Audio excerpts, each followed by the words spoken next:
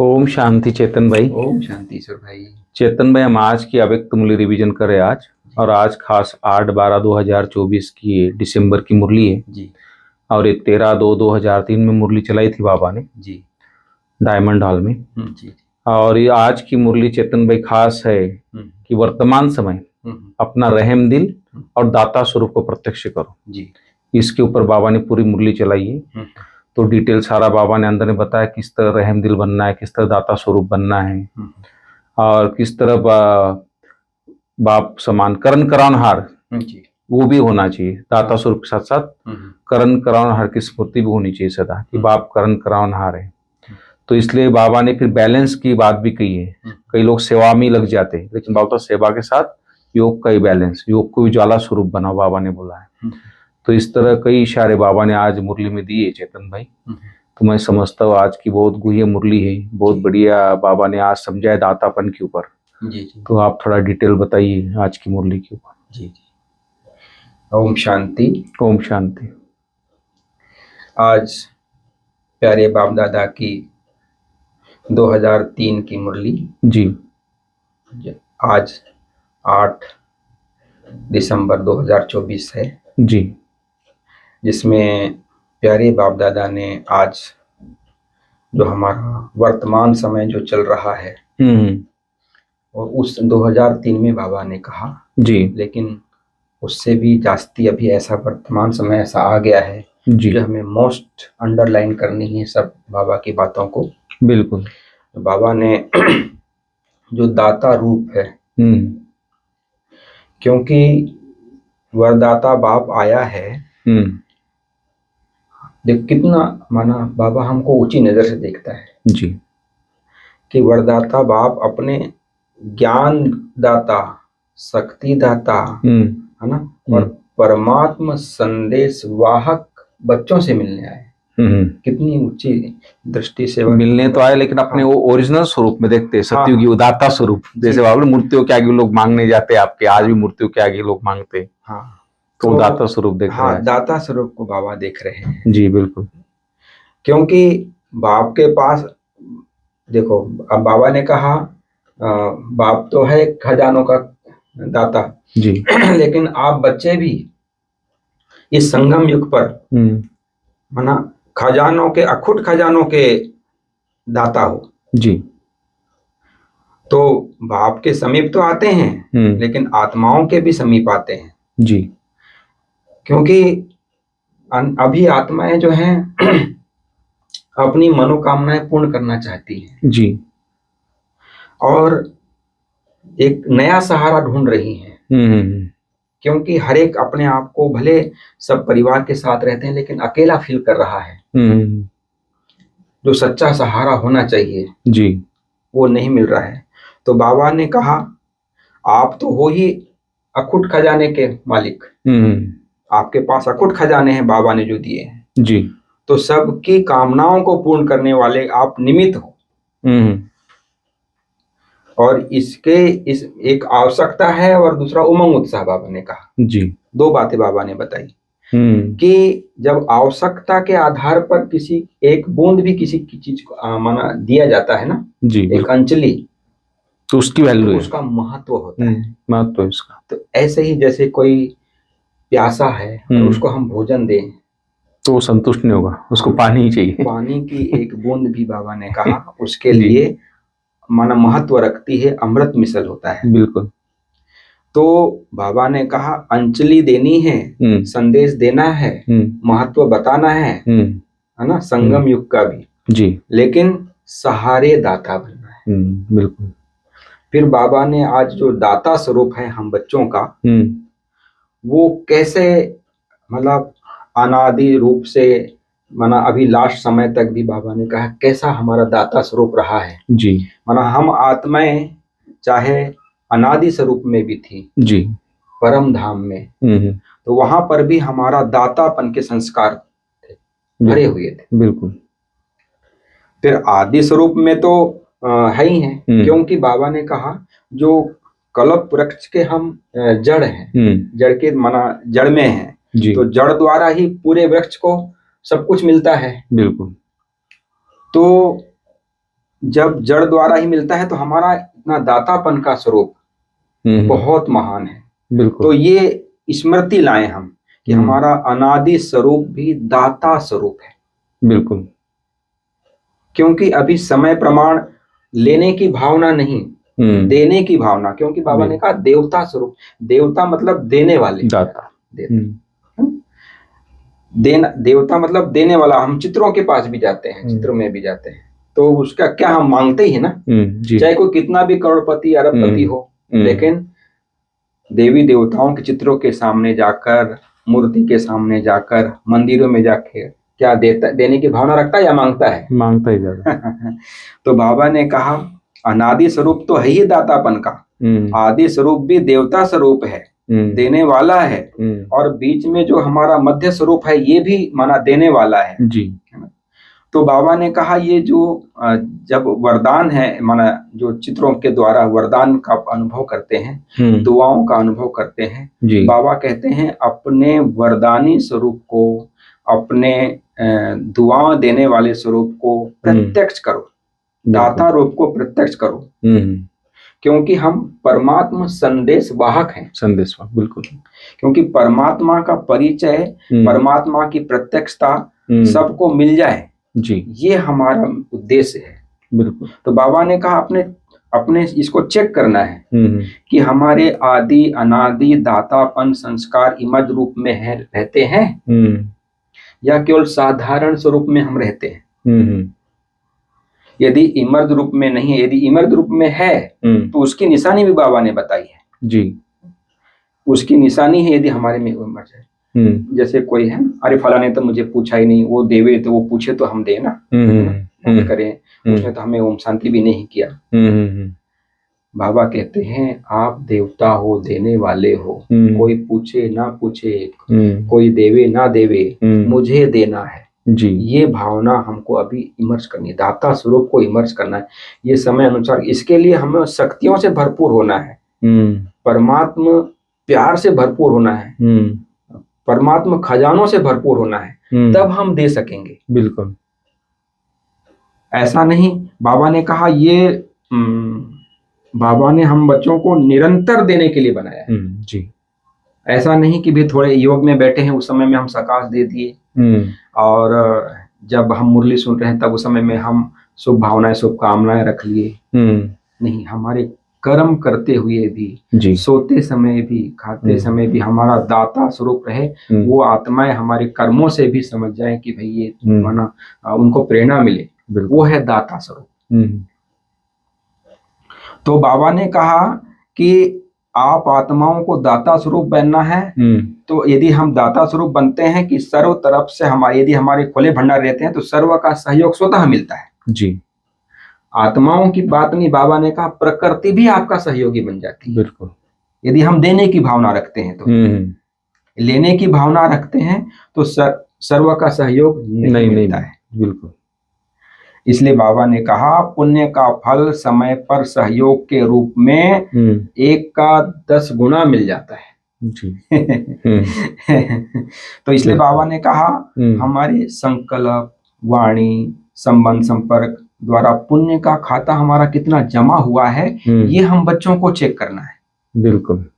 यदि मनसा द्वारा पुण्य का खाता यदि जमा करना है तो श्रेष्ठ और शुभ संकल्पों का सहयोग देना है जी। और वाणी द्वारा यदि हम किसी को देते हैं तो वाणी द्वारा बाबा ने कहा जैसे कमजोर जो आत्मा है उसको खुशी देना है, परेशान आत्मा है उसको शान में लाना है, उनको उमंग उत्साह दिलाकर, है ना जी। तो दिल शिकस्त है उनको उमंग उत्साह से भरपूर करना है जी। बिल्कुल। तो संबंध संपर्क से, श्रेष्ठ संग से मतलब हम दूसरों को अनुभव कराना है कि ये परमात्मा प्यार है, परमात्मा पालना है। तो परमात्मा पालना को वो अनुभव करे, परमात्मा प्राप्ति को अनुभव करे, वो अभी समय आया है। तो बाबा ने कहा जैसे सेवा तो सभी करते हैं, सेवा का उमंग उत्साह सभी में रहता है, लेकिन बाबा ने कहा सेवा के साथ साथ योग ज्वाला, योग की ज्वाला, है ना, ज्वाला जिसको लाइट कहते हैं जी। बिल्कुल। तो बाबा ने कहा ये दृढ़ संकल्प होना चाहिए हम बच्चों में, दृढ़ता होनी चाहिए कि सेवा का उमंग तो है ही, लेकिन योग को ज्वाला रूप अनुभव हो जाए। बिल्कुल। जैसे दृष्टि में जो झलक होती है ना, जी, वो दूसरों को दिखाई देवे। जी, बाबा ने कहा चेहरे से दूसरों का पता चले कि इन्होंने क्या पाया है, कितना वो खुश रहते हैं, ये अनुभव हो। जी, केवल हमने मुरली सुन लिया ठीक है, लेकिन वो प्राप्ति स्वरूप हमारे में अंदर में आ जाए कि मैं आत्मा खुश नसीब हूँ, मैं आत्मा दाता स्वरूप हूँ, मैं आत्मा देने वाली हूँ, ये अंदर में भर जाए, लेने वाली नहीं हूँ। और योग की ज्वाला जब लाइट होती ना, लाइट के पीछे ऑटोमेटिक खिंचाव होता है। जी, बाबा ने कहा यदि सेवा हम कितना लोगों को करेंगे वाचा द्वारा, लेकिन जब योग के वाइब्रेशन होते हैं, लाइट होती है, तो स्वतः आत्माएं खींची चली कशिश हो गया, कशिश होती है। जी, बिल्कुल। तो ये बाबा ने कहा अनुभव करे सब आत्माएं इस अनुभूति से। जी। फिर बाबा ने विदेश वालों से भी बाबा आज वार्तालाप कर रहे हैं। वीआईपी आए थे कॉल आउट टाइम में, आए थे कॉल आउट टाइम में। जी। तो बाबा ने कहा विधि तो अच्छी बनाई है, और उन्होंने बहुत अच्छी विधि बनाई थी। तो बाबा ने उनको बहुत याद किया कि आपने संगठन को कैसे समीप लाना है। जी। तो ये भी बाबा ने कहा भारत वालों को भी देखना है कि जैसे जोन की सेवा है, सेंटर की सेवा है, और जो वर्ग की सेवाएं होती हैं, उसमें भी हम नवीनता कैसे लाएं। जी। बाबा ने कहा उनसे भी सीख सकते हैं कि संगठन को कैसे हम पावरफुल बनाएं। जी। क्योंकि हम इंडिविजुअल सेवा कर रहे हैं सभी, चाहे जोन वाले हैं ये, लेकिन हमारा संगठित रूप से बाबा ने ये भी कहा कि भाई सभी, चाहे जोन वाले हैं, सेंटर वाले हैं, वर्ग वाले हैं, सभी मिलकर एक ऐसा एक हो जाए जो एक दूसरे के हम समीप आए। ऐसी सेवा का, पावरफुल सेवा की का वायुमंडल बनाना है। जी, मतलब इससे हम संगठित रूप में यदि पालना मिलती है, यदि संगठन में उमंग उत्साह रहता है, तो जितना हम, यदि कोई प्रकार की भी हलचल होती है, यदि संगठन में हम ये सब बातों को अनुभव करते हैं, तो वो हलचल हमको हलचल में नहीं लाती है। बिल्कुल अचल रहते हैं, अचल रहेंगे हलचल में, क्योंकि ये पावर हम जो संगठन में कहते हैं शक्ति होती है। शक्ति जैसे एक संगठन में लकड़ी को ऐसे बांध दिया जाए तो वो संगठित हो जाती है, तो उसको तोड़ना बड़ा मुश्किल हो जाता है। तो ऐसे ही हमारा यदि सेवा का संगठन भी हो, योग का संगठन हो, तो बाबा ने कहा ये इसको हमको अनुभव करना है। फिर बाबा ने खास विदेशियों से बोला था कि भाई परमात्मा छत्र छाया को अनुभव करो। जी, है ना। परमात्मा छत्र छाया ऐसी है जैसे कोई वाटर प्रूफ होता है ना। वाटर प्रूफ मतलब उसके पानी के अंदर भी जाएगा तो उसको प्रभाव नहीं होगा उसका। तो ऐसे ही परमात्मा छत्र छाया के अंदर हम रहने वाली आत्माएं हैं। तो कितनी भी परिस्थिति हो जाए, हलचल हो जाए, लेकिन परमात्मा छत्र छाया है, यदि हम सदा प्रूफ है, वाटर प्रूफ हैं, तो बेफिक्र बादशाह है, बिल्कुल हलचल में नहीं आते हैं। तो ये बाबा खास फॉरेनर्स से मिल रहे थे। फिर माताओं को भी बाबा ने कहा कि सीट पर सेट होकर रहो, कंबाइंड स्वरूप में हम अपने अनुभव करेंगे तो हमारी स्थिति अचल अडोल रहेगी, अपसेट नहीं होंगे। बाबा ने तो ये भी कहा कि यदि आप कंबाइंड रूप में रहते हैं तो बाप जवाबदार हो जाते हैं, आप अपसेट नहीं होंगे। यदि आप ही यदि करते हो, अकेले ही समझते हो, अपने आप को जिम्मेवार समझते हो, तो आप स्वयं जिम्मेदार हैं। फिर बाबा ने एक बात आज की मुरली में बहुत विशेष कही जो हम ब्राह्मणों को अंडरलाइन करने की है। जी, करण करावन हार की स्थिति। बिल्कुल, भगवान तो करण करावन हार है ही है, लेकिन हम आत्माएं इन कर्म इंद्रियों द्वारा करण करावन हार, मैं आत्मा हूं, इन कर्म इंद्रियों द्वारा कर्म करा रही हूं, ये कर्म इंद्रियां मेरी कर्मचारी हैं। ये अनुभव। और बाबा ने कहा ये इमर्ज रूप में रहे। जी, ऐसा नहीं कि हमने सुन लिया है, ना पॉइंट पढ़ ली है, उस समय में थोड़ा सा अनुभव हो।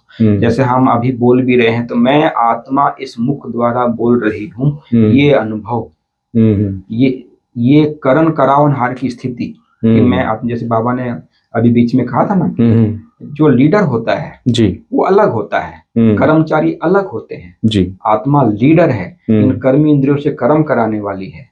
तो ये यदि प्रैक्टिकल में इमर्ज रूप में यदि हमें नशा रहेगा, खुशी रहेगी, तो कंट्रोलिंग पावर ऑटोमेटिक आएगा। तो बाबा ने कहा जैसे हम कर्म इंद्रियों द्वारा कर्म करा रहे हैं और हम आत्मा अलग हैं, तो इसका बहुत मजा भी आता है कर्म में। बिल्कुल, और साक्षीपन की स्थिति भी स्वतः रहती है।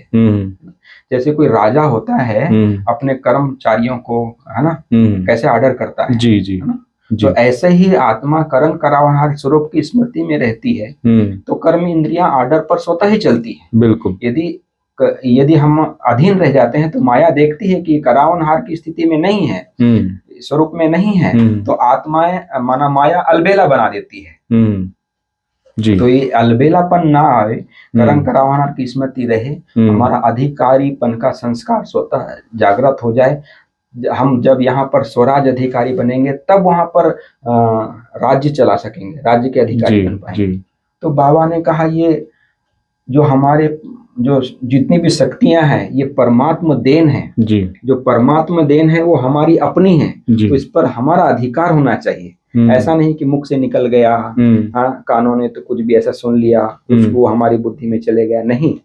हमें जो करना है, जैसा कराना है, वो कर्म इंद्रिया वैसे ही करें। इसको कहा जाता है अधिकारी। अधिकारी बनो, अधीन नहीं। बिल्कुल। तो बाबा ने और भी डिटेल में मुरली में खास बात बताया है, लेकिन हम समय ज्यादा होते जा रहा है। मधुबन वालों के कुछ बोला था? नहीं, मधुबन में बाबा ने कहा था, मधुबन में जो आते हैं तो कितने खुश मिजाज रहते हैं, है ना, खिले हुए गुलाब रहते हैं। फिर बाबा ने कहा वो स्मृति रहती है कि क्या मिला है हमें, बड़े खुश रहते हैं। लेकिन यहाँ से जाने के बाद परिस्थिति में आ जाते हैं, तो इसलिए हर एक का चेहरा बाप का परिचय दे दे। बिल्कुल, ये बाबा ने खास, और ड्रिल भी बाबा ने कराई थी, निराकार स्थिति ड्रिल कराई थी। ये बाबा ने आज वरदान में भी कहा, जो कर्म योगी बन हर कर्म संकल्प पर बोल, और कर्म श्रेष्ठ बनाने वाले जो होते हैं वो निरंतर योगी होते हैं जी।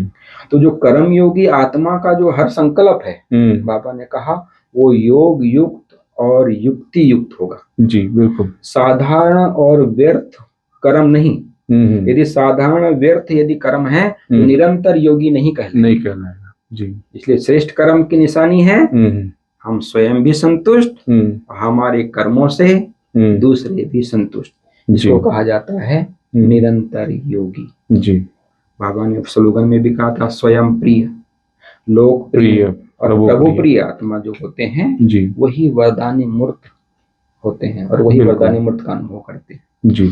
ये थी प्यारे बाबा की आज की मुरली, बिल्कुल, जिसमें बाबा ने हम बच्चों को पूरे संसार की आत्माओं के लिए रहमदिल बनाया, दाता स्वरूप को प्रत्यक्ष रूप में हम अपने जीवन में लाए जी। करण करावनहार की स्मृति जी, है ना, तो शिव बाबा करण करावनहार है और हम आत्मा इन कर्म इंद्रियों द्वारा कर्म करा रही हैं। ये करण करावनहार की स्मृति इमर्ज रूप में हमारे में रहे, ये बाबा की आज की मेन है। इसको हम जितना अनुभव करते जाएंगे उतना मजा आता है। बिल्कुल सही बात। ओम शांति। थैंक यू चेतन भाई, धन्यवाद।